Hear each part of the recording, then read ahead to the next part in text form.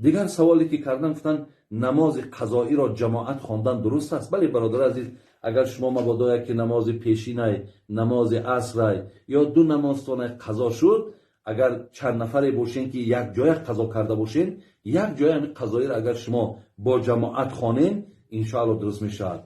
یعنی اذان میگین، قامت میگین، فرض میخوانین، سنتاش اپ ساقط میشود. باز بعد او دویم نماز اگر دو نماز خون باشد قامت میگین، دویم شم میخوانین. اگر سه نماز هم باشد با قامت میگین، با سیم شم میخوانین.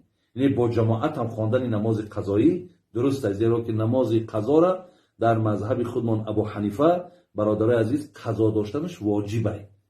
یعنی اگر به شرطی که او را ما ادا نکنیم از گردن ما ساقط نمیشود، برای ادا نکردنش همچون تارکی صلات، همچون نماز نخواندگی پیش خداوند گناهگار میشویم.